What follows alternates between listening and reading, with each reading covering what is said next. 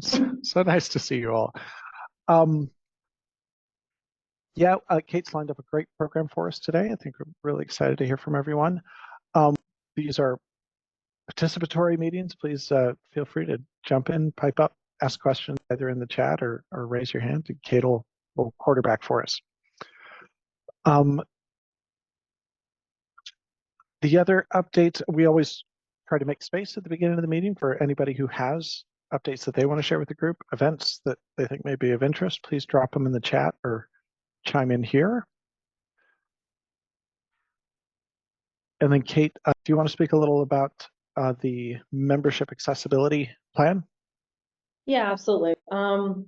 So at the annual meeting in June, we had a conversation about how to make membership, applying for membership and becoming a member the most easily accessible to the most members of the community as possible, while still balancing that with retaining having a process that allows this to be a safe space.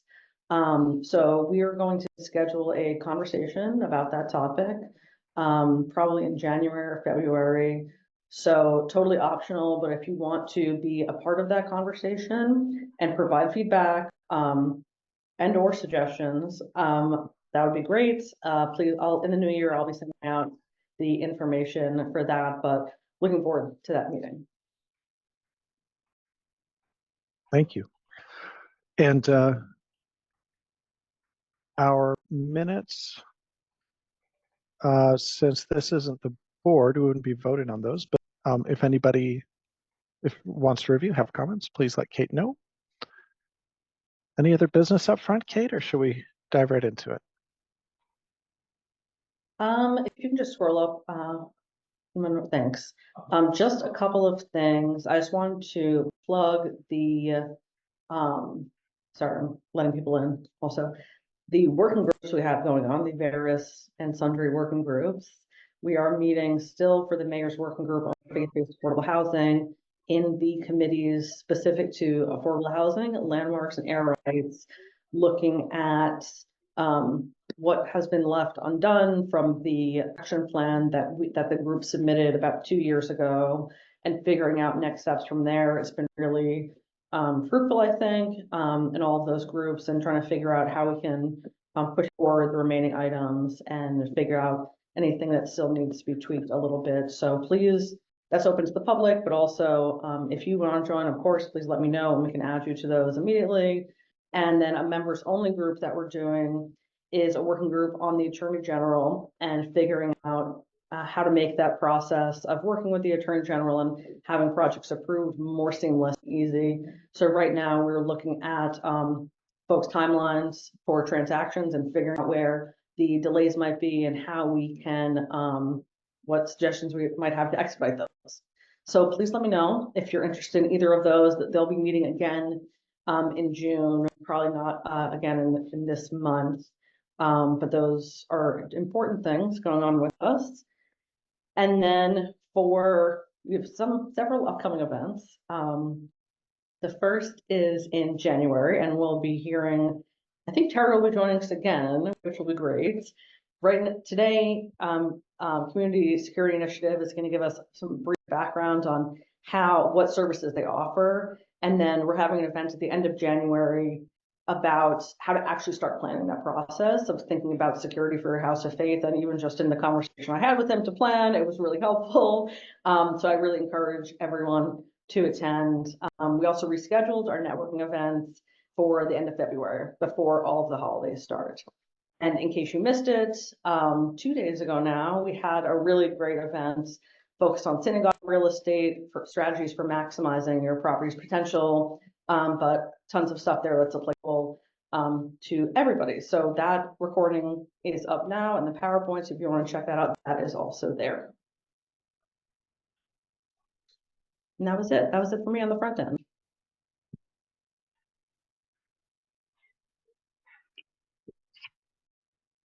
So I guess now I can, Tara, if you're ready, I can hand it off to you. And thank you so much for being here. I really appreciate you taking the time and also joining us in January Really excited to hear more about everything you offer, all the really, really great services, including security assessments for FEMA grants, which I know folks are really interested in.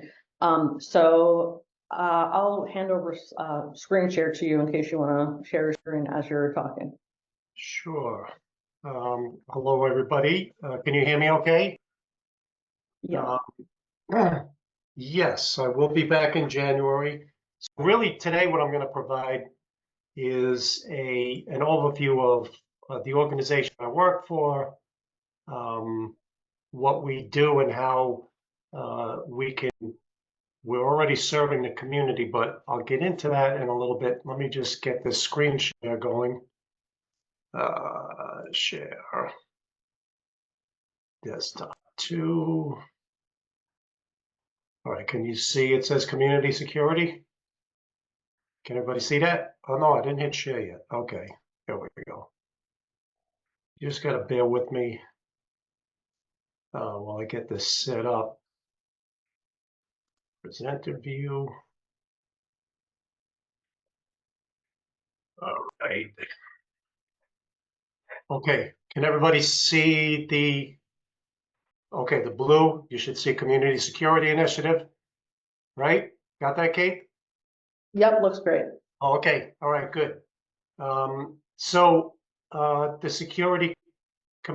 Community Security Initiative, as it presents on this slide, it started out as a joint program with the UJA Federation in New York, and more specifically, the JCRC of New York, which is actually who I work for.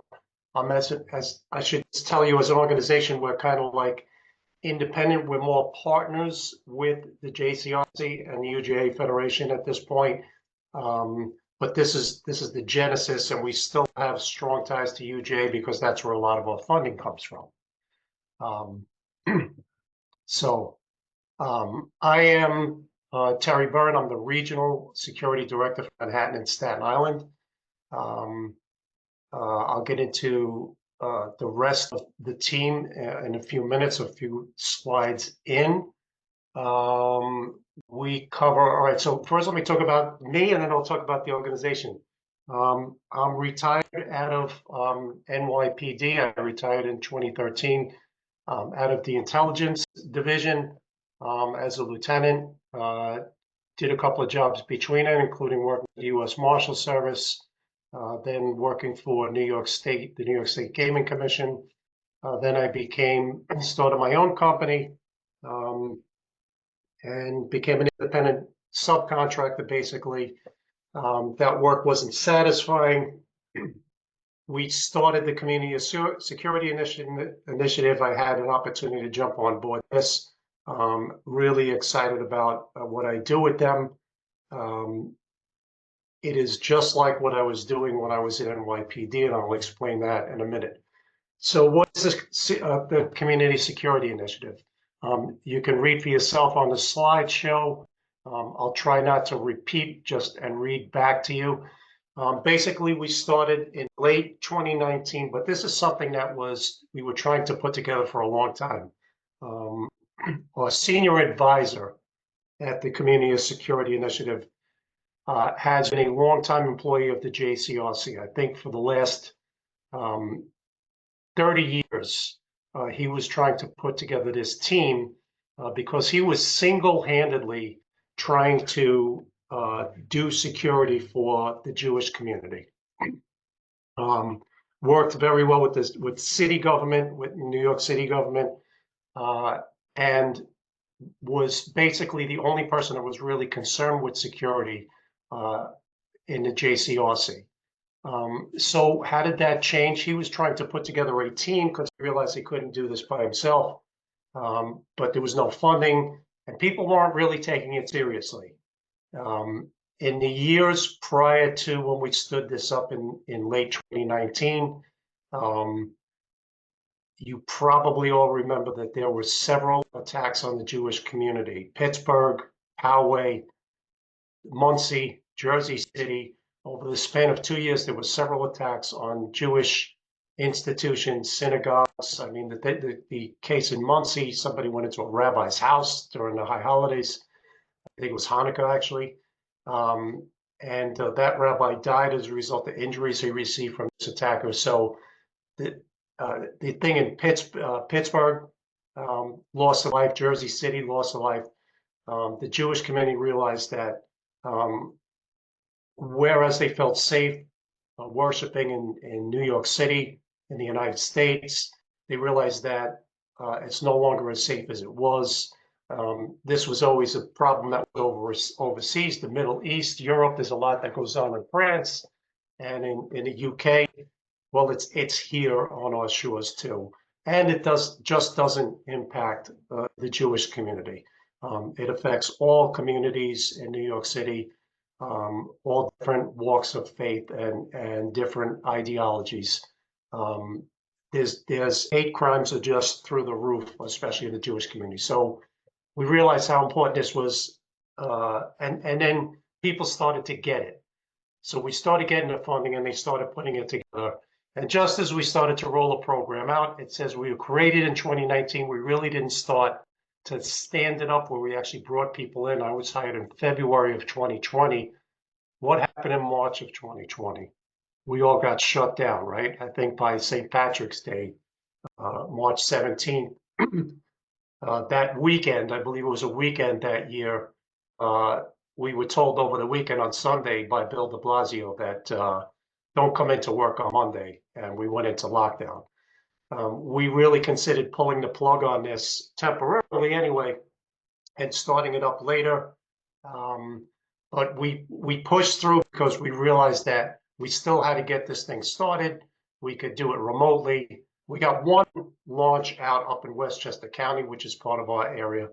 And right after that, we were shut down and we had to do everything remotely. But we realized people were going to have to do things different, that they were, you can't just, some of these facilities, especially if you have a standalone building, you can't just shut the lights off and go home, especially in the middle of the winter, and not worry about your building. You have to shut a lot of these systems down. And then what happens when they've been sitting for a while? You can't just come back in and turn the lights on again. There's things that have to be fired up. You have to make sure everything's working again. You might have to clean out air systems. So we started getting involved in COVID-related or periphery things that had to do with the shutdown and then trying to stand back up. And I'm glad we did, because we pushed through it. We were very successful working remotely. We all learned how to use Zoom and all of that. But what does the Community Security Initiative do? Well, I said it's safety. So you can think of all of myself and my fellow regional security directors as security advisors. So we do everything that's security related, except stand post. We're not security guards. But if you need advice on security, you need help enhancing the security of your facility, getting grants, that's where we can help you. Now, I talk a lot, and I will talk about the Jewish community because that's who started this, that's who we actually serve. But our vision from the very beginning of this is that we were going to go into faith. And to some degree, we already are. We never say no. Unless you really keep asking for stuff and you get to a point where it's like, okay, no, we can't do it anymore. We do have, only like any other organization, limited bandwidth. When there's a grant cycle that comes out, federal grants, state grants that come out that a lot of institutions apply for, it's almost like tax day. A lot of people wait till the last minute, then they need help with their applications. You need an assessment to apply for some of these security grants. We do those. We get a lot of requests for them, but we get them at the last minute. That's when we start running out of bandwidth. Anyway, right now we stand at, we have an executive director. We have 8 regional security managers, and we actually have our own intel desk. We'll talk about that more in depth as I move through. You can see on the bottom of this screenshot that our goal is to enhance security. How do we do that? Some of the things that are available, services, I'll talk more about that. Also, as I move through this, is one of the big things I said, physical security assessments. That's actually where we come out to facility. We look at everything from the basement to the roof, to the perimeter, and we compile a report for you that identifies your vulnerabilities, basically. So I'll come up, I'll look at the front, and I might look at your door and say, well, the door doesn't meet standards. There's a certain standard that door should meet so that it can withstand a dedicated intruder. You can keep that person out. Particularly in houses of worship, you want to be able to worship in peace. The last thing you want is somebody, you don't want somebody coming in who's going to cause trouble or worse. So you want to have a locked door, but you don't just want some cheesy lock on the door. You want to make sure that it's a hardened door that they can't shoot through or knock down. Let me just fix my shades here. The sun is coming out, and it's coming right through the window. Sorry about that. What else do we do that we provide? And all of our services that we provide to the community are at no cost to the institution. So when we come out and do a physical security assessment, one of the other things we do is training. When I say training, it's safety and security. So one of the big things that people ask for is active threat training. You may be more familiar with active shooter training. It's the same thing. We just don't like to call it active shooter anymore, because more often than not, the person who's causing problems and putting people's at risk may not necessarily be armed with a gun. He may not be an active shooter. He may have an edged weapon. He may be just a more likely scenario is somebody wanders into your building that is having a mental health breakdown. And he's just acting out, maybe becoming violent. People are nervous, that's why we call it active threat. And that's a more likely scenario than somebody actually targeting your building and coming in to cause harm. I mentioned grants. There are security grants that are available from the city, the state, and the federal government. I think everybody on this presentation today is in the nonprofit sector, and they're probably familiar with grants. The grants that we deal with are mostly security related. One of them is called the Nonprofit Security Grant Program, which is available to any nonprofit with a priority for houses of worship. A lot of people don't realize that and don't take advantage of it. And New York State actually has a grant that's called the Securing Communities Against Hate Crimes Grant. The recent one that the awards were just announced was $200,000 towards security. The federal grant is $150K. We expect that to go up, but that's incumbent upon Congress and budgets, federal budgets. When you apply for one of these grants, one of the things that you have to have is a security assessment of your building. You have to submit a report saying that your building was, somebody like me came out and looked through it and provided a report for you, and you submit that report with your grant application. It's a requirement. So a lot of other things we do. I know you, Katie, you wanted to concentrate more on, the services we provide. But a little further down the road, when you get a grant, it's bureaucratic, it's red tape, it's a typical government process. It's cumbersome. We try to help manage those and assist with the applications and assist with the process as you move through executing the grant. I did 30 years in law enforcement with NYPD. With COVID, a lot of people lost their connectivity with NYPD. They felt distant from them because when they came back 2 years later, they didn't realize that at the precinct level, NYPD is a very transient operation. Young cops come in, they work in a precinct for a couple of years, and then they get promoted to sergeants or they become detectives, and they're out doing investigations. They're no longer at the precinct level. So all of a sudden, all the guys and girls that they knew, their community affairs officers, are no longer there, and they're intimidated or they don't know how to restart that and get reacquainted with the people that serve the community from the law enforcement perspective. We have that connectivity. We maintain those ties. There's some other things we do, but let's move forward. What do we cover? Everybody in this room must be in this area, because now we've expanded where we started out with the UJA footprint, which is the 5 boroughs, all of Long Island and Westchester County. We've now expanded into Rockland County. We actually have a piece of Southwest Connecticut now. This slide is just a little bit dated. Essentially, we run from Montauk Point to Albany. And that's covered by 8 regional security directors. Some of us, like me, they didn't think that Manhattan was going to be enough for me to handle. They gave me Staten Island too. My partner in Brooklyn, he's got the busiest Jewish sector in the city. He's got twice as many institutions as I have. It's a lot. So some of us have 2 counties. Some of us have 1.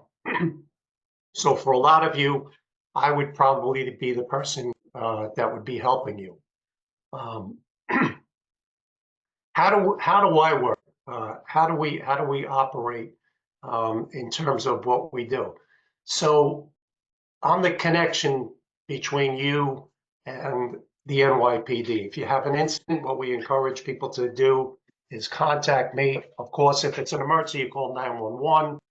In some cases, for the Jewish community, if it's an anti-Semitic incident or possibly a hate crime, they report it to organizations like the ADL.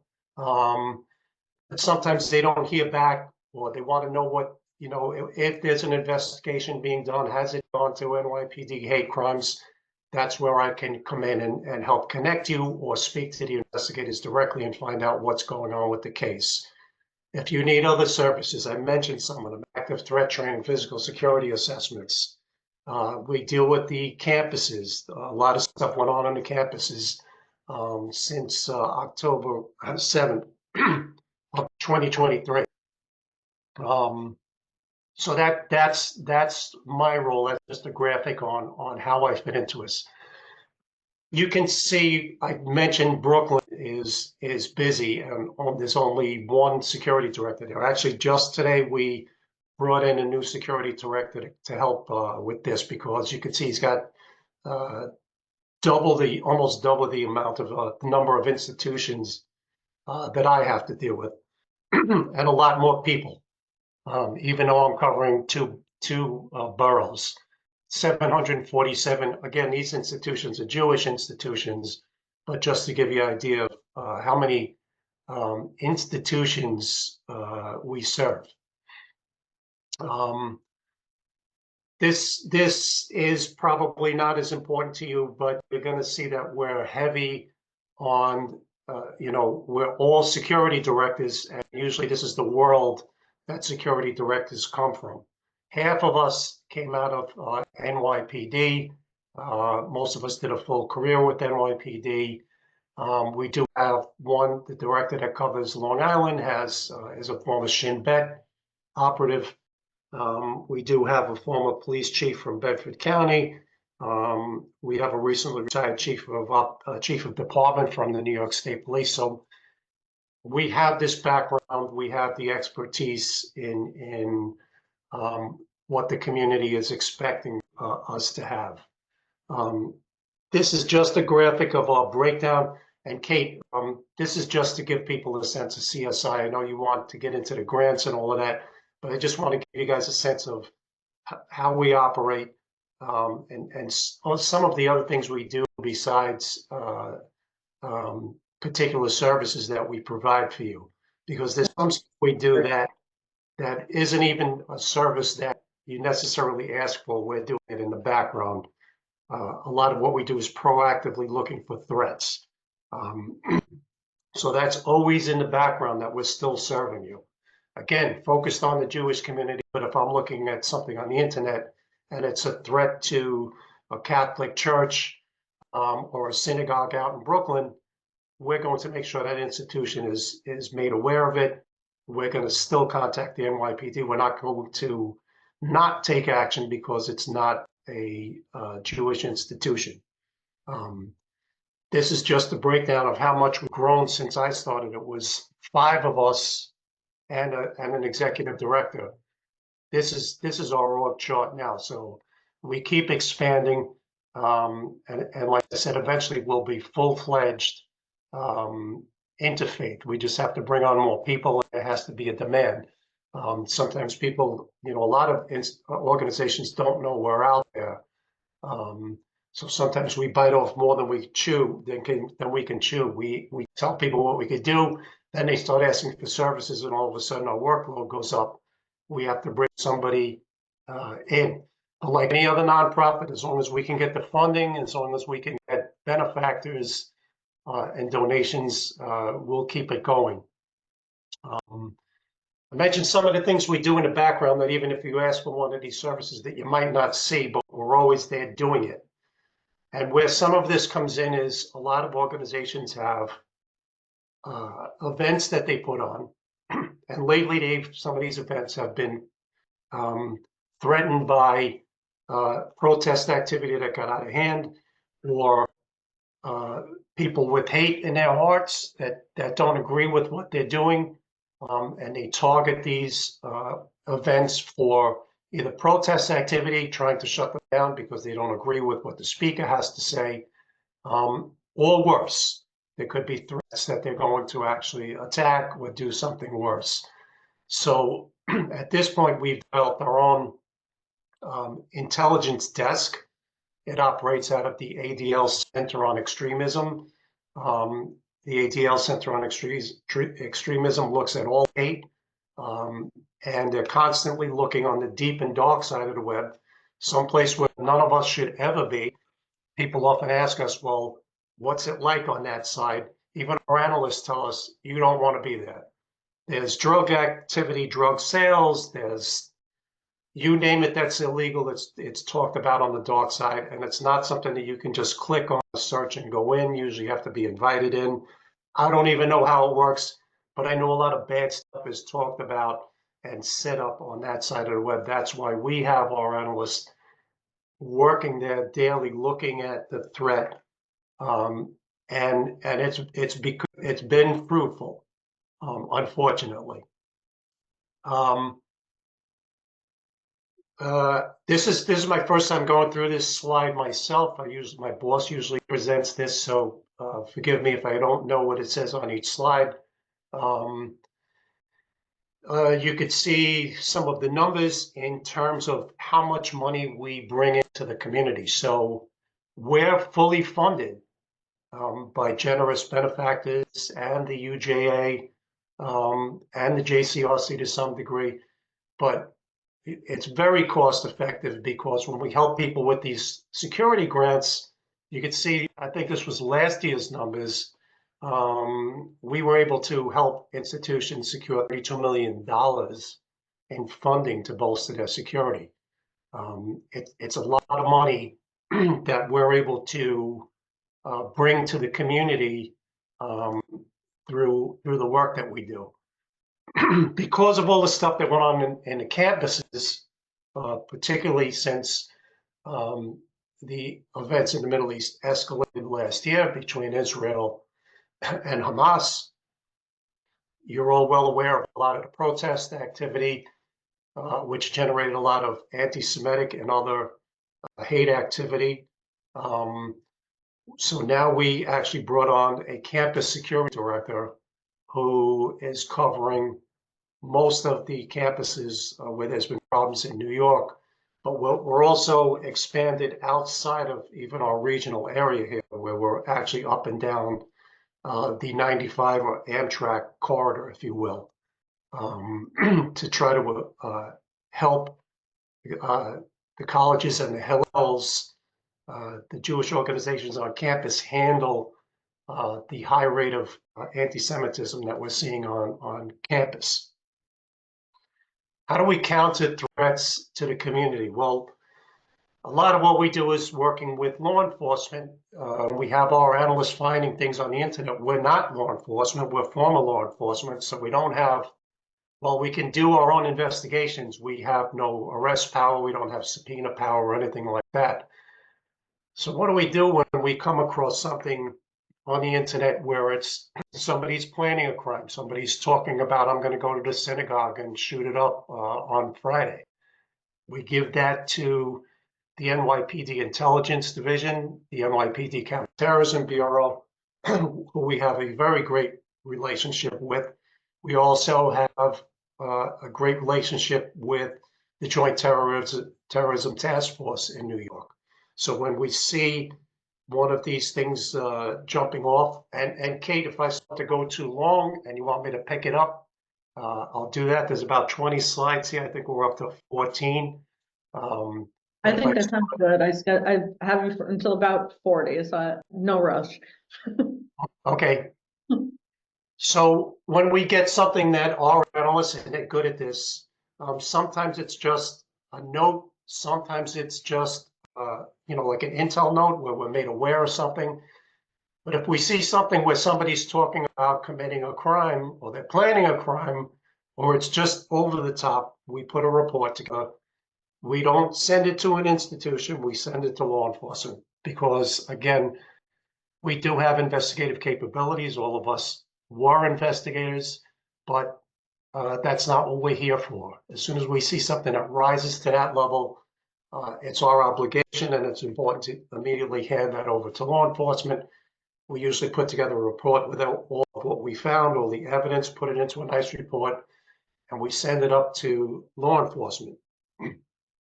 A good example of that started with us, and you may be very familiar with it, I think this was 2 years ago now.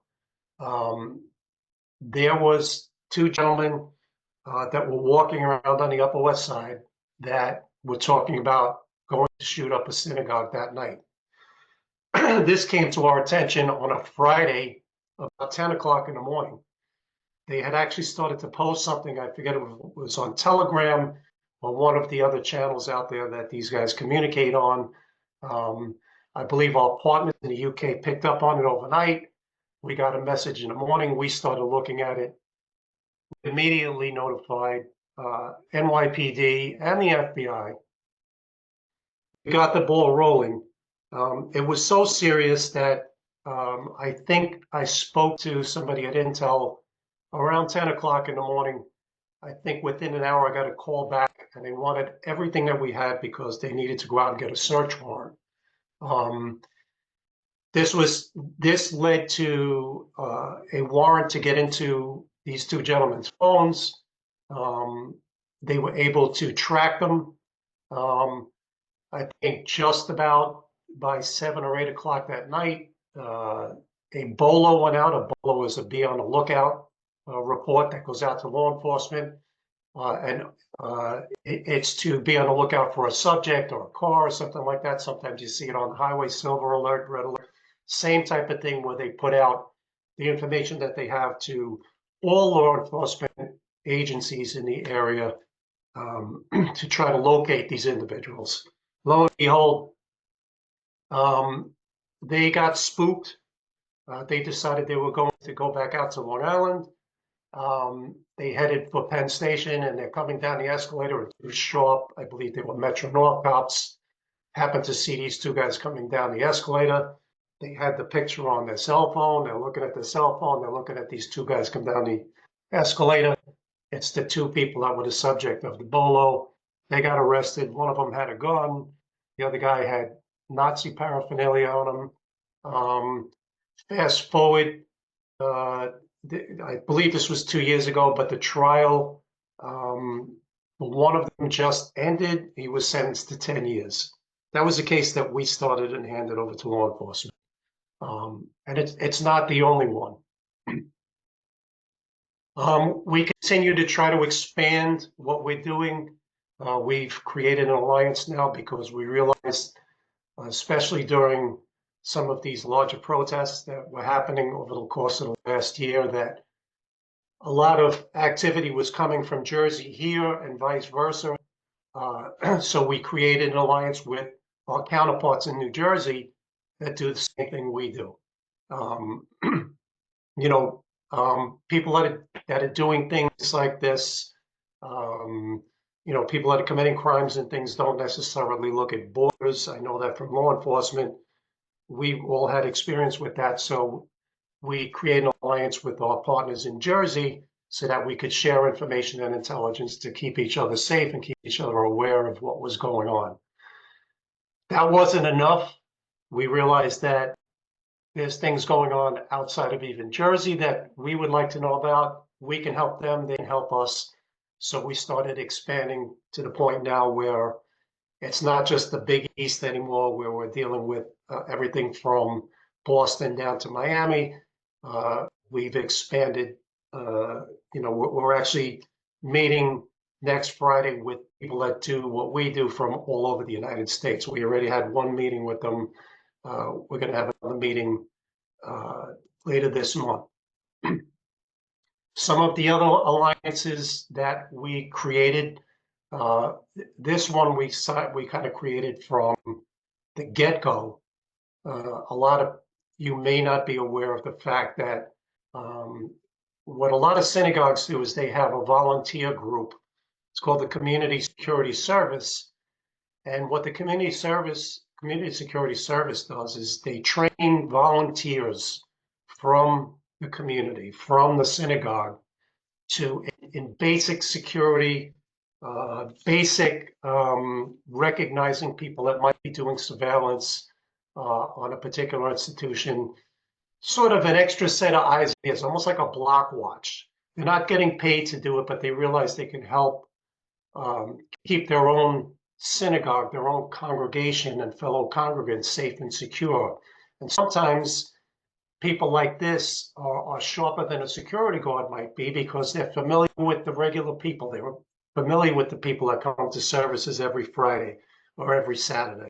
Where a security guard might look at somebody who's trying to enter a synagogue and, he's dressed nice, doesn't look threatening.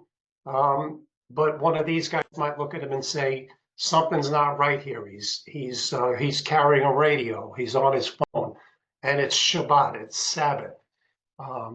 Strict Sabbath observers don't use any electronic devices on Sabbath. They wouldn't pop out of a taxi or a car in front of the house of worship to go in for services because they walk to the synagogue.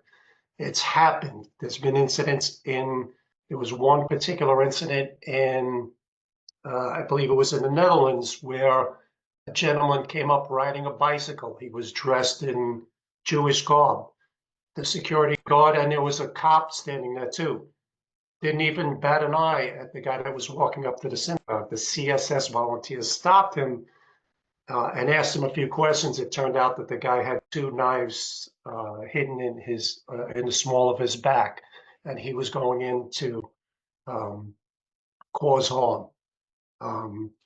So we developed an alliance with them right away, and we encourage people to do this because you really need these extra eyes and ears, just like a block watch.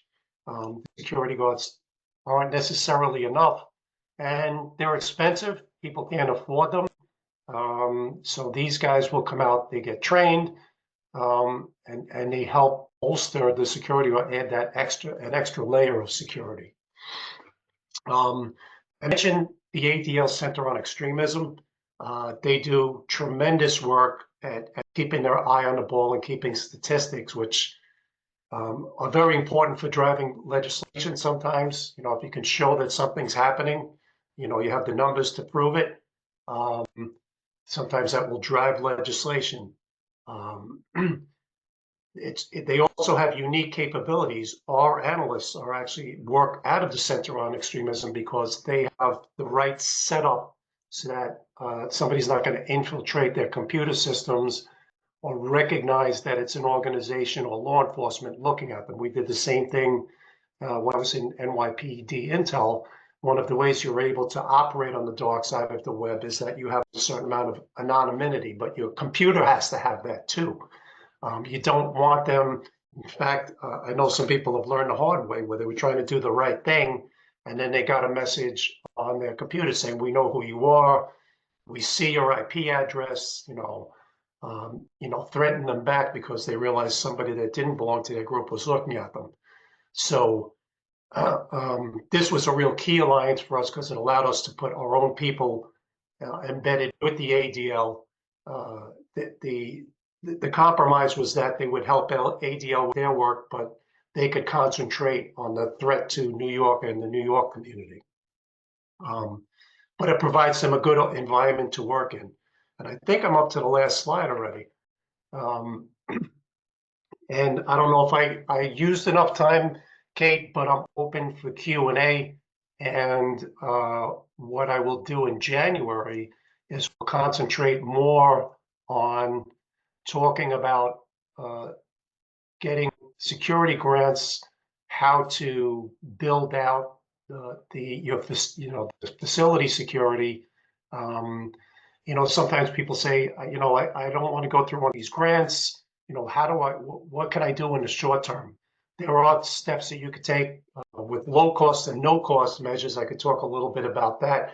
Katie, you and I can talk about it a little more offline, what you want to focus on, or if we get input after today's call, something you're more interested in, I can, we have another, almost 2 months or at least a month and a half before we're going to meet again. And I'll get more in depth into what we can do for the community. Again, this is concentrated a lot of the Jewish community because that's mainly who we serve. But in terms of physical security assessments, where we've gone out and done this or done training, we've done it for several mosques. We've done a number of churches. We're trying to train some people from the Archdiocese of New York to help them do what we're doing, do it for themselves. But we don't like to say no, especially if you're in a pinch. If you're a nonprofit and you need the help, we'll do everything we can. And if we can't do it ourselves, we're going to find a solution. We're not in the business of saying no. We're here to help. Thank you so much. That was a really helpful and insightful first look into what you do. And like you said, we will continue this conversation at the end of January. As Terry said, we're flexible in terms of what folks want to hear. So if there's something you'd like us to include in that presentation at the end of January or focus on, please send us an email and let me know, and we can try to include that as well. We're just running a couple minutes behind for this meeting. So I'm hoping that as folks have questions, you can chat Terry and he can answer, and then we can also distribute that after this meeting. But thank you so much for being here. I really appreciate it. And I'm really looking forward to our event in January. I know these are services that lots of people need in this community. Yes, thank you, everybody, for your time. I hope that was informative and perhaps useful. We'll make it more useful the next time around. I'll get more in depth into some of these. We can do. Now we're going to hear from Brian Cook. Thank you for being here, who is our last minute addition. The city council is, I think, voting on City of Yes right now, or talking about it at least. Talking about it. So we're going to get a quick update from Brian on what the bill looks like now and anything else. That's great. Let me see if I can share. All right, can everyone see what I have up? Awesome, I see some thumbs up. All right, I'm going to try and go through this quickly to build back time, but also I'm missing a bunch of council members talking about this vote, and I would like to see it. City of Yes, where are we now? So the council was supposed to have voted today, so they haven't yet. The vote is supposed to happen. The speaker has raised that the vote is happening. So we assume she has all the votes to get this done, barring something crazy happening in the next hour. There is a securement of $5 billion for additional housing. The new text has a slight reduction in the number of units. It's about 30,000 less than originally proposed. And the modifications were wide-ranging, so I just want to flag It'll take time for all of us to understand them, but if you have specific questions, talk to your favorite land use attorney or urban planner, and we'll try to answer what we can. Quickly through the town center zoning. For those who don't remember, this was zoning that allowed you to build kind of commercial properties with a residential above in places that are otherwise 1 to 2 family districts, so that you can have both commercial and residential. The main requirements were that they added affordability requirement and reduced the places it was applicable. Mainly if your commercial district was mainly residential, or mainly or just a single block frontage of commercial. They also in transit-oriented developments. They again, if it was a large development, they put affordable housing requirement. They will not allow transit-oriented developments in R1 and R2 districts unless you're in this greater transit zone. Show you a map of that later. And they reduced the places as applicable near the Long Island Railroad and the Metro North Station. Sort of the idea being, if you're near a subway system, it's 24 hours.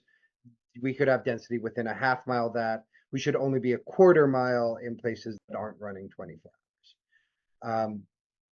Accessory dwelling units. Every district will still have ADUs, but basement units have been prohibited in flood zones.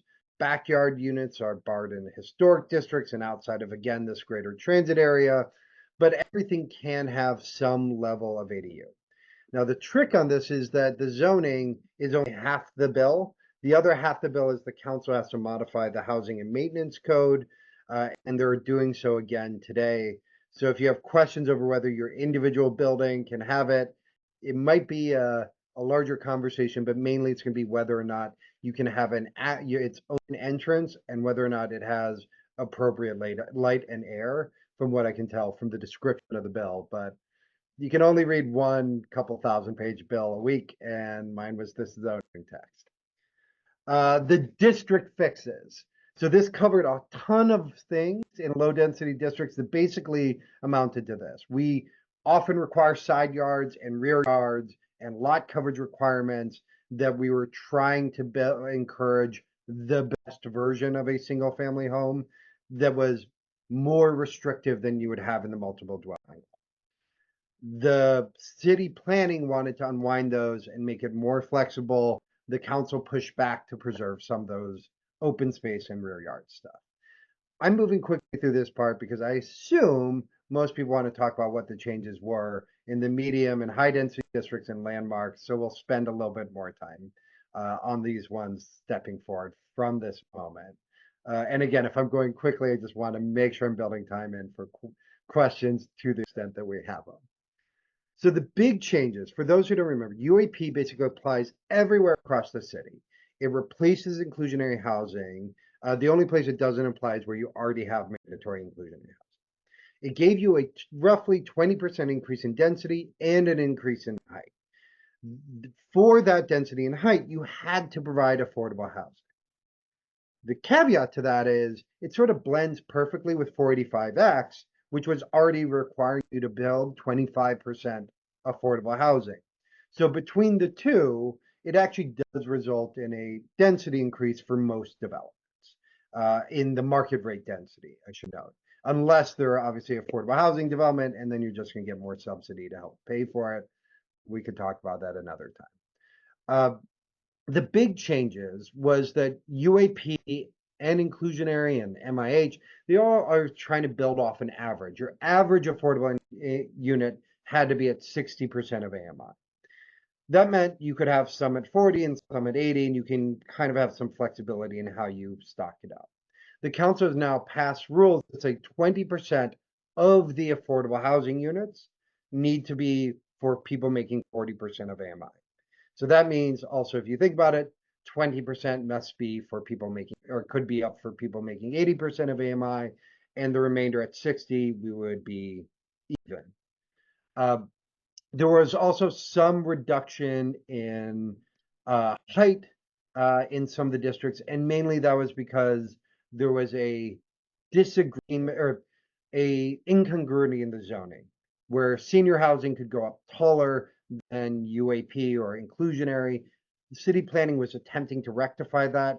That created some shadow impacts in some highly contentious areas, particularly near the botanical gardens. So the city council has reduced that down by 10 feet. Parking.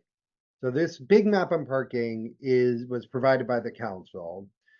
The red areas, there is going to be no requirement that you build parking.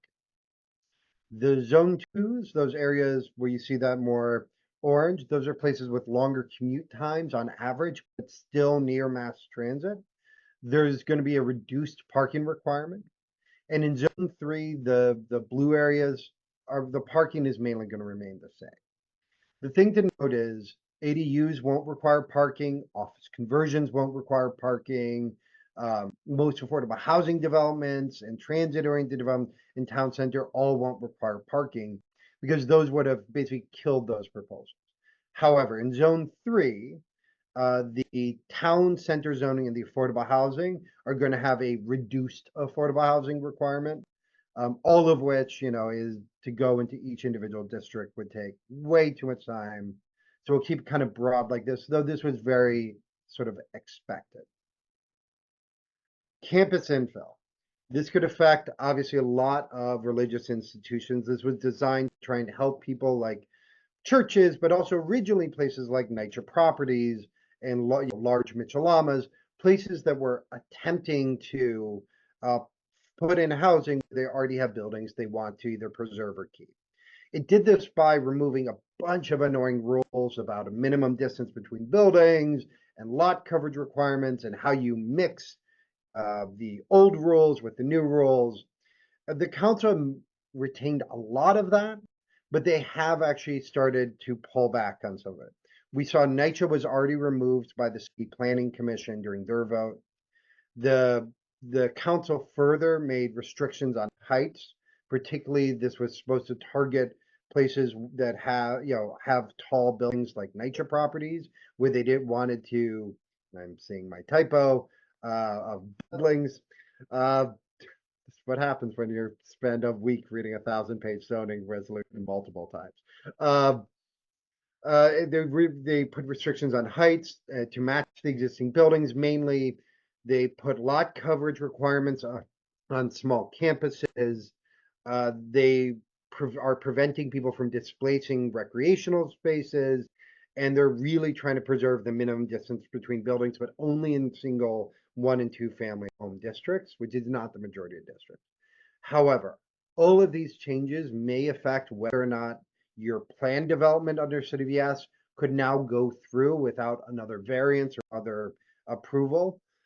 So this is one of those areas that if you are thinking about developing on your campus, you're going to want to revisit with your architects or attorneys as you're looking for it, or just be aware that, in the future, the Planning Commission try to make it a little bit easier and the council push back on you, and that could affect your strategy. Landmarking. So the original landmarking rules, if you were that little black starred landmark in the picture, you could transfer to all those dark green areas in the radius, basically everything around you and across the street. The City of Yes rules have expanded the area in which you can transfer to the entire block and everything surrounding the block. However, the council was concerned about the amount of density that could be transferred, and so they did a number of things. The first they did was they said, if you'd like to increase the height above the current height limit, you can do so via authorization by the City Planning Commission, which is good because you don't have to see the City Council. The problem is that a 20% increase in density often results in more than a 20% increase in height. Because if you think about it, as we build our buildings up, they get more narrow, they get, so a 20% increase of density across the entire building could result in a 30 or 40% increase in height. Because of that, the City Council is put back in, or rather didn't remove, the special permit that allowed increases in height above 25%. So if you're building transferring a large amount of density, you may need to, or the developer receiving it will likely need to go through a special permit process. And I think that's actually going to affect, honestly, a lot of properties that could use this bonus because of the way those rules are kind of constructed. The last was originally anything with a 15 FAR was granted kind of the idea that you could transfer in limited height. So if you were in Midtown Manhattan or one of the places that was going to get the new fancy zoning districts with lots of residential density, you were able to transfer your density completely to one site. That site is now restricted to a 30% increase in their density instead of it being unlimited. So it's a small reduction, though when we're talking FARs at that height, we're talking you'd have to transfer more than 5 FAR for it to qualify. So there's still a chance you could get away with a authorization and not a special permit. Last, you're going to hear a lot about the money that the city council's gotten. This is in addition to zoning. $5 billion of commitments. That includes $1 billion from the state. When you go through the list, it's basically the city got a bunch of money to preserve, and the council got a bunch of money to fix infrastructure, preserve affordable housing buildings, and protect residents, as well as some things to encourage home ownership. And then they also negotiated for some additional studies. And this is important if your church is in these areas. If you're on Coney Island Avenue or near it in Brooklyn Community Districts 12 and 14, East Flatbush and Brooklyn CD 17, Harlem River North and Bronx CB 7, White Plains Road, Bronx CB 12, or the Park Avenue area in the Bronx, the city plan is going to start looking to rezone your areas next year. We know the city is going to be thinking about how do I add density, and we know a lot of those council districts are concerned about the new heights. So it's an important conversation to start having, particularly with your council member, if you think you could potentially be rezoned. And last, there is sort of a commitment to all sorts of really nice things, including some modern libraries with affordable housing above it. And that is a repeat slide. So with that, I'm going to quickly stop the share. I think I did that quick in enough time, Kate, that I got us back close to track. And if there are any questions, I can try and this applies to individual landmarks only, does not apply. Actually, I believe it applies, Jason, to everything, including historic districts, but I will double check that for you. Buildings in historic districts typically are considered as having landmark status. And those are all the questions I see. Am I missing anything? All right. I guess we'll have to circle back once they do the vote, which sounds like it's close.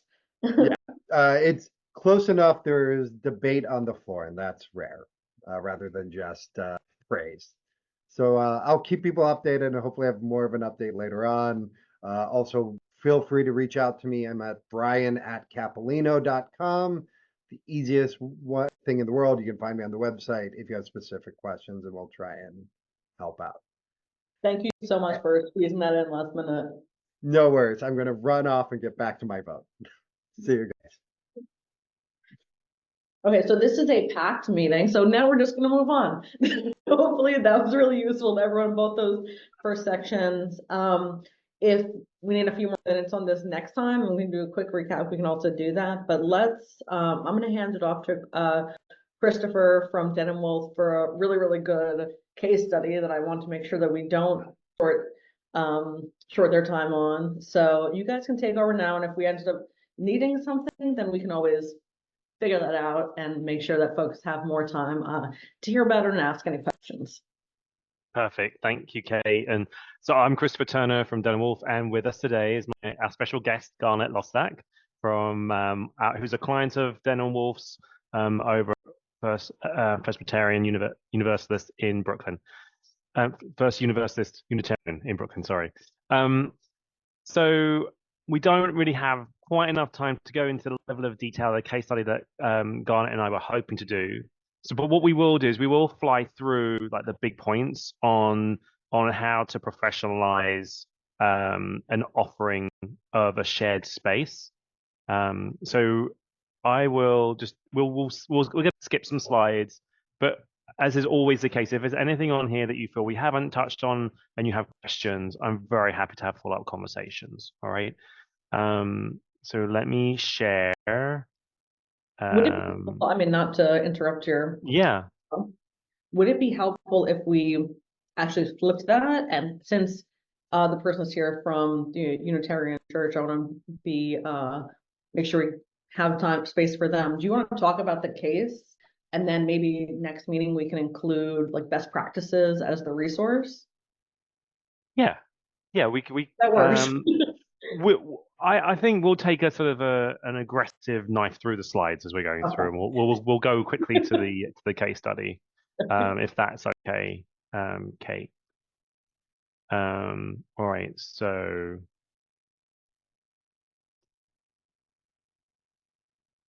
all right, Kate, can you see the slide deck?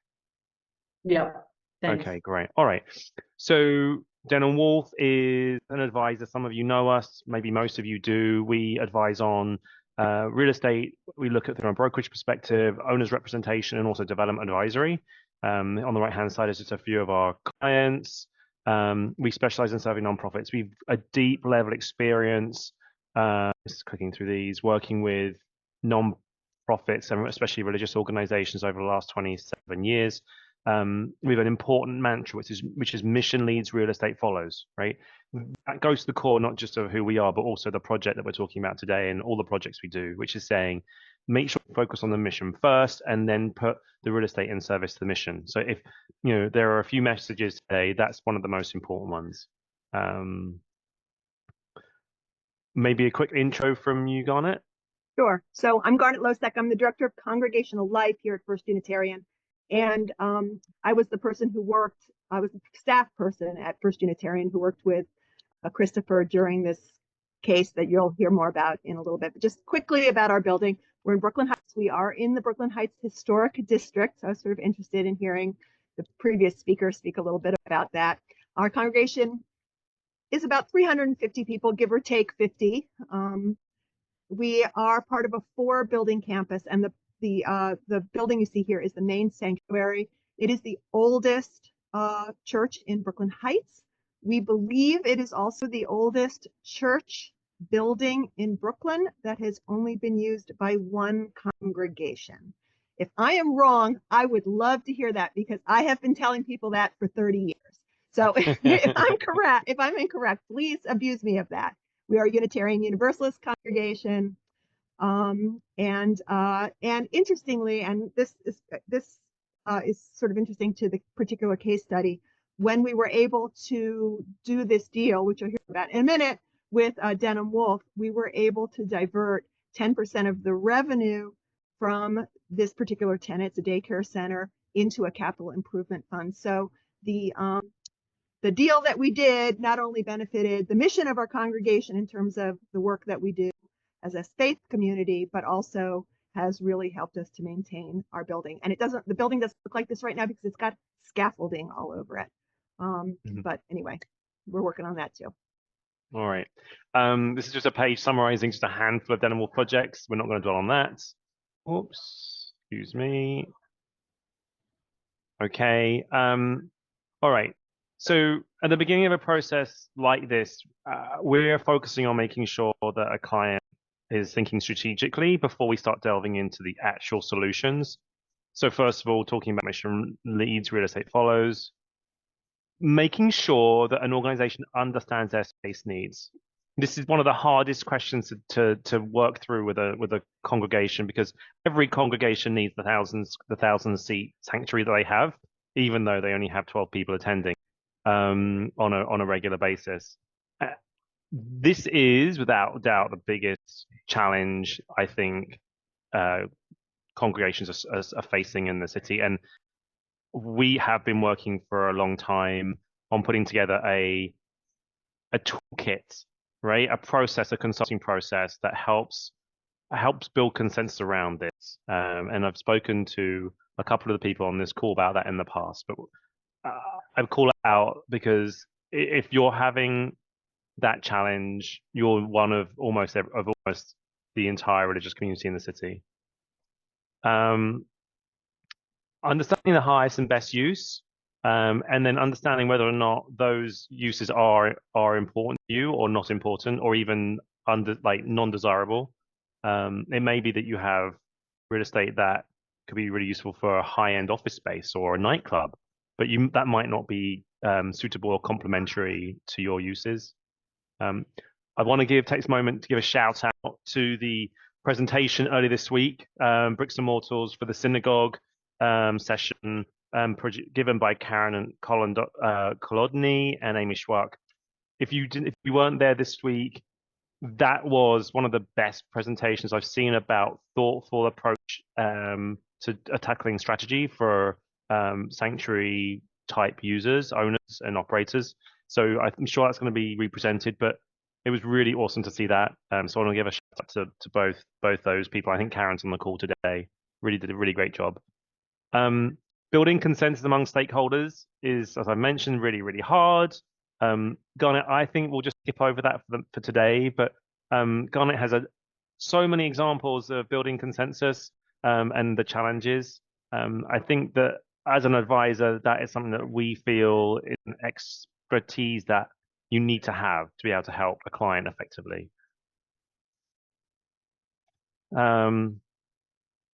Okay, so skipping over a few things. The church perspective, this is over to you, Garnet. So yeah, so the thing I think that I've seen both in our congregation and in other Unitarian Universalist, a Unitarian Universalist congregation in Queens closed last year, and they closed last year because they didn't have enough people to maintain their building and maintain their congregation, and it made me very sad because for about 20 years we had been talking to them, but we as a movement had been talking to them about selling their building, taking the money, renting somewhere else, building a new congregation in a community where Unitarian Universalism was more common or more likely to be found. They didn't do it, and now the congregation is gone and the building is sold anyway. So so understanding the capacity of your leadership, the amount of time, the amount of energy, and the amount of expertise that you have to continue to maintain your building, to rent the space. Renting the space actually takes energy and time from the staff of the congregation and the congregation itself. What else do we have here? I'm rushing. So then the question is, how much can you do inside of your congregation? How much can your board do? How much can the members of your congregation do? And does it make sense to look outside of the congregation for support? And we made the decision. We had been renting this daycare center for a long time. We had been doing all the deals ourselves internally. We have some lawyers here and they've been doing the deals for us. But really it became, are we really maximizing the value of our space? And are we getting everything that we should be getting? Are we giving everything that we should be giving to this daycare center? And we made a decision as a staff and board together that we needed to reach outside and get help. And after a little bit of effort and doing some vetting, we decided to turn to Denham Wolf, and Christopher Turner was our guy. Okay, awesome. And I mean, it's in terms of like big numbers, right? I think in the end we managed to increase income for the church by, what was it? Was it 70% or? Well, I can't do the math in my head, but we had been renting the space for just under $200,000 a year, and in year one, the revenue, the annual rent was $360,000 a year. So, yeah, it was a huge increase. Now we did, and you'll hear more about this in a minute. We gave up a little bit more space. We did some things. We agreed to do a few more things for them, but ultimately, it was a really, really, really deal. And that was in year one, and it had escalators for 10 years. So when we tackle these projects, once you've understand your strategy, that links into what type of deal might be most suitable. Today, we're focusing on very specific things, right? We're not talking about ad hoc deals. Those are the ones which are typically run by the congregation by reaching out to local community. We're not talking about permanent deals today, although we have a very proficient team that handles ground leases, sale leasebacks, JVs, structured transactions, I mean, and traditional sales. So today we're really focused. That's just some examples of some past projects. Sorry. But today we're focusing on short term. We're talking about shared leases, shared spaces versus leasing. So we end up doing shared space deals often for religious organizations because they don't need the space during the week, but they need it on the weekends, right? So how do we find a way to balance those things out? And we've developed over many years a very sort of comprehensive way of analyzing spaces, and we're going to sort of talk about that for a few minutes now. Here are some flyers, just some spaces that we've transacted recently, and one we're about to bring to the market this week.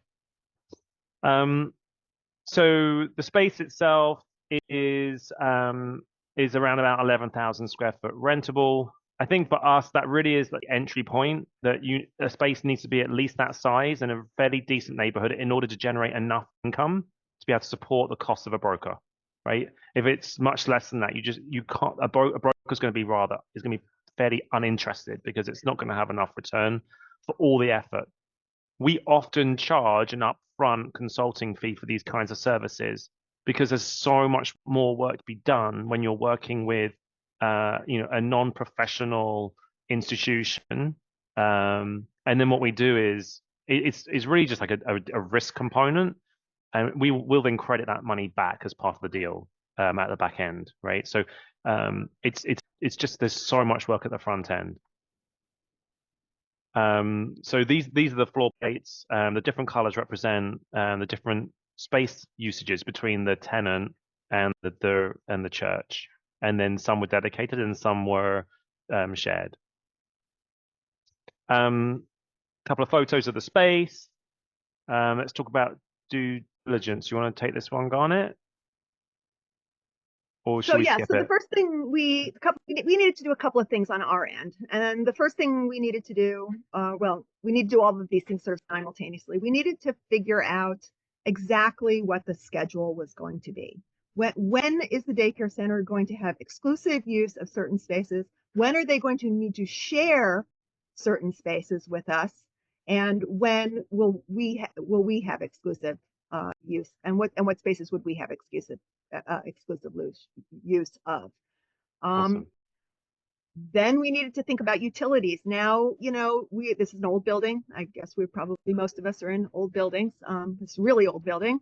And the utility situation here is bizarre, to say the least. And so we had been paying for their water and their gas and their electricity. So we needed to sort of figure out how much of that, how much money was that costing us? What was, how do we monetize the fact that we're paying all the utilities? We need to think more specifically about how to maintain the space, who maintains the space, under what circumstances, how does it get cleaned every night? Is it our staff that cleans the building? Do they want to hire staff to clean the building? If they're hiring staff to clean the building, how does that impact our use of the space? So all of those things had to sort of be worked out. And then we had to think about, I forget, I know I even asked you this question yesterday, Christopher. Let's skip over it, Garnet, just in the interest of time. Great, even better. Yeah, okay. I would just say on the maintenance responsibilities, an entire section goes into the lease that details who does what when. It's like it's like roommate rules, okay? And that's really one of the few differences between a traditional lease and a shared space lease, of which we've done many. Okay. So with those questions being asked of us, how do we convert those into data that could be used, one, by the church to build consensus around what was the right direction to go in, and two, professionalize the offering and translate it into terms that the real estate market understood, so we could maximize the amount of income that we could generate. So what were your expenses? So we did an analysis. We worked and pulled together all of the expenses across the various buildings. We totaled them up, and we worked out what the average cost was per year per square foot. Will there be additional expenses? That's basically saying if you bring on a tenant, they have expectations. Do you need to have additional cleaning services? Do you need to have additional repair and maintenance responsibilities? So all those things have to be factored in, even if it's just a high level in the first instance. How big is your space? Have you applied REBNY standard measurement practices? That was one of the areas where we were able to achieve some real success with this project. The client paid, well, in this case, the client paid us, but since then we now work almost entirely with a third-party measurement firm who will come in and measure the building in line with REBNY real estate measurement standards. And they're very generous standards for they benefit landlord, okay? And most churches, sanctuaries, synagogues are not doing that. And so straight away, there's a significant increase that you can achieve if you know how to interpret the measurement standards. How much is the space worth? So we did a broker opinion of rent on the space. We looked at the space from a variety of different use types and then worked out what was highest and best. We make market adjustments, and then we were able to lay out the client where we thought the rent should be in the typical lease terms. So our concluded rental value was a little under $50 a square foot space. And then these are the terms at the bottom that we thought would be comparable to the deals in the market. And that helped us understand what the tenants will have to be looking at if they were going to rent another space from a different type of landlord, maybe a more traditional landlord. And we were then able to roll back off those numbers slightly, right? Because we don't want to be the most expensive space in town, because shared space it does come with some slight challenges for a tenant that you want to accommodate in your pricing. And then what is a net effective rent? I don't know if anyone here knows what that means, but typically when you do a lease transaction, you give incentives to a tenant, things like free rent and tenant improvement allowances. So when you do those things, you want to understand, once you adjust for all the costs, what are you actually netting out at? And that way you can do a very careful analysis of all the different offers you might receive to work out on a net basis which one stacks up to be the best for the client. I'm just going to read through some key considerations that rather than delve into them in detail today. So real estate taxes is really important. Hopefully Garnet won't mind me saying that her organization fell foul of real estate taxes and in fact had a for-profit tenant in their building and did not make any payments for real estate taxes in respect of the amount of space being used by the for-profit tenant. As a result, after 3 years, they had a very significant tax bill they had to pay. UBIT, which is unrelated business income tax. This idea of dedicated versus shared space, which we're not going to delve in today in more detail, but being really clear about what is dedicated and what is shared, it really helps with the analysis that comes along later. A detailed analysis of the shared space schedule, who's using the space during which times of the day, so that you can end up at the end, you can end up with a percentage of how much for the average week is being used by the tenant and how much is being used by the landlord. And you can then apply those percentages to the distribution or allocation of expenses, which we then looked at here, right? Actually listing all the different expenses and identifying if anyone's bearing all or part of them, and that would then get put into the lease. Many people know about this, the Office of the Attorney General. If you're doing a lease less than 5 years, then you can get that without going through the AG. But if it's more than that, and that a typical lease often is, a strategy might be doing a single lease for 4 years and 11 months, so you can close the deal quickly, but then applying for an extension thereafter for the second 5 years. So you do still get the 10-year term. That's a strategy. Lease types, there are a variety of leases. I will talk to you about those another time if you want to understand those implications for your organization.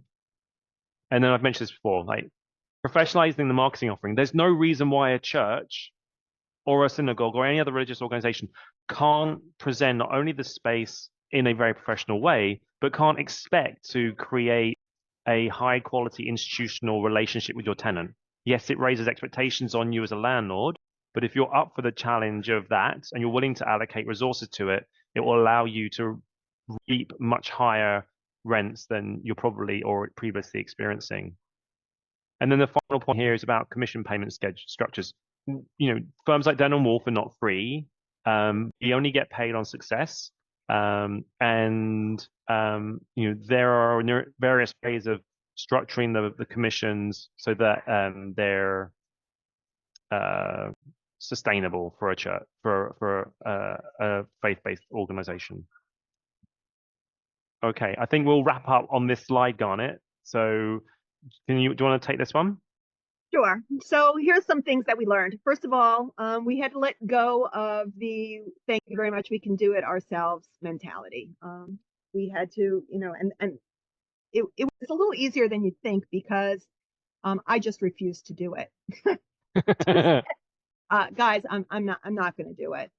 So I don't feel competent to do it. And we were at the end of I think maybe a 3 or 4 year lease, and my job had changed and I was doing more rental work in the building. And I just said, I'm just not going to do it. And the member of our congregation who had done it before was no longer, able to do it.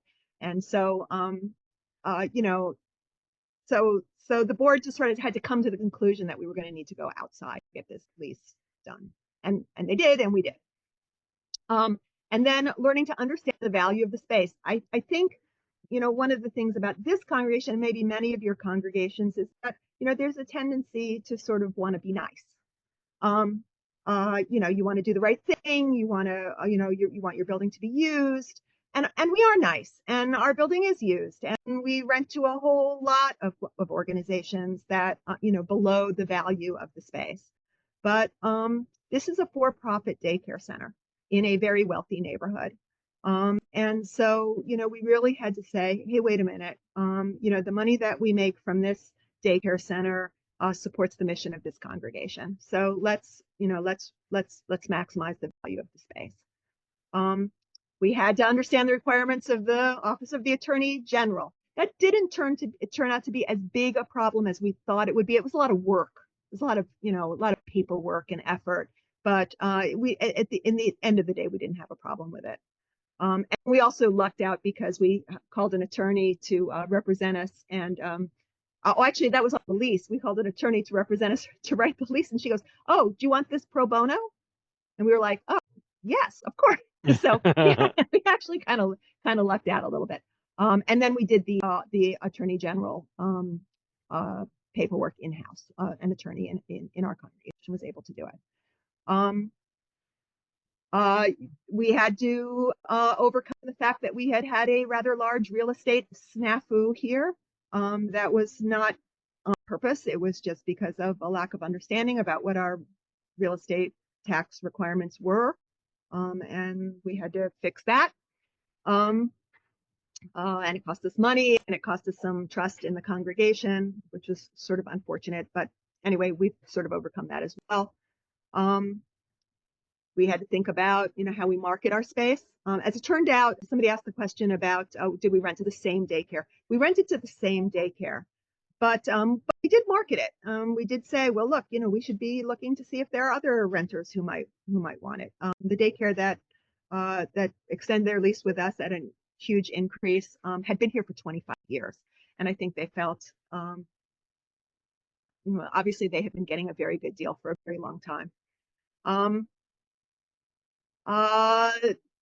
We should have reached out to a professional many years before we did. We would have been making more money for longer for our congregation.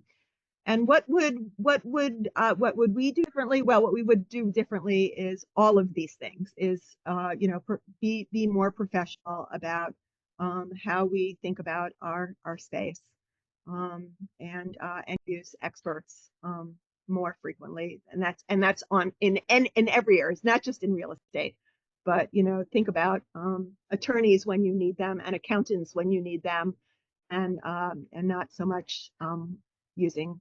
This is a congregation that has a lot of professionals in it, but they're members of the congregation, and so being more aware of the fact that sometimes you need to use experts from outside the congregation.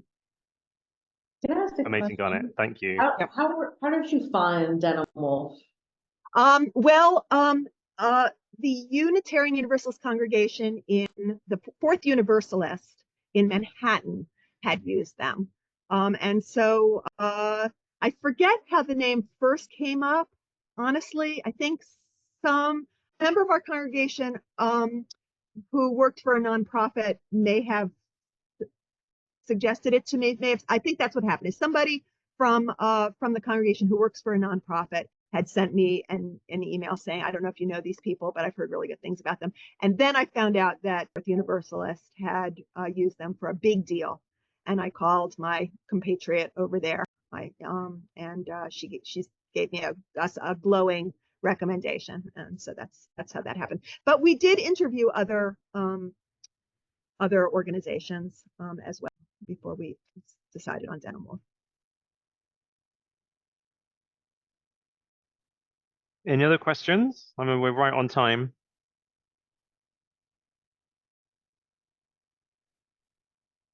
Really sorry this was a little bit contracted, but I think we got a lot of really good information out there. Hopefully Yeah. we will follow up and have you schedule another meeting to talk more about how you do that breakdown and looking at the space sharing. So I know all the questions that you both talked about are things that come up all the time when talking about space sharing.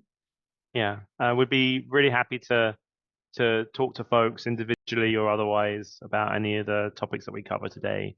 It was a year-long process, but we know not every organization has the capacity that the Garnet's organization had, and they don't all have the quality of real estate. And so finding that mix of service that matches to the product, and that's why being honest about whether or not the property is suitable for having a broker on board. I think that's an important discussion that we have with clients. And if it's not us, we always try and make a recommendation for an alternative strategy. I would also say, that at the end of the day, we did agree to some stuff. We gave up a tiny bit of space, really not a lot of space. It was a room that we used for storage. And so we had to kind of, you've all been there, you all work in church environments. So, even the tiniest change can sometimes freak out people in your congregation. But they needed that the daycare center needed another office. And they had their eyes on a storage space in our building, and it was a storage space that we used for other things. And so we kind of had to sit down together and say, well, how can we make more storage? Is a terrible problem here, maybe is for many of you, but we gave it up, and no one, I will tell you, no one has missed it. No one has missed it. And they have very, very little exclusive space. They have 2 small offices, the new office that they got, and the office that they already had is really the only exclusive space that they have. We use all of our classrooms for Sunday school. We have this big social hall area that they use as a gym, and we use it all the time for anything that we need outside of their areas. And then they do not use our sanctuary, and we have a chapel, and they do not use the chapel. So we have those spaces available to us all the time, and our own offices, of course.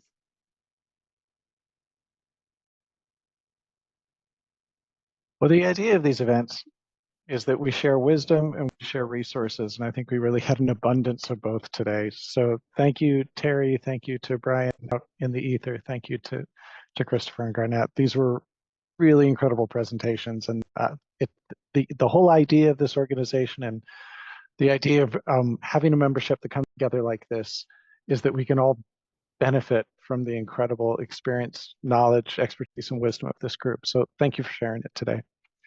I think the only thing left we have to say is that we'll see you all again on February 13th.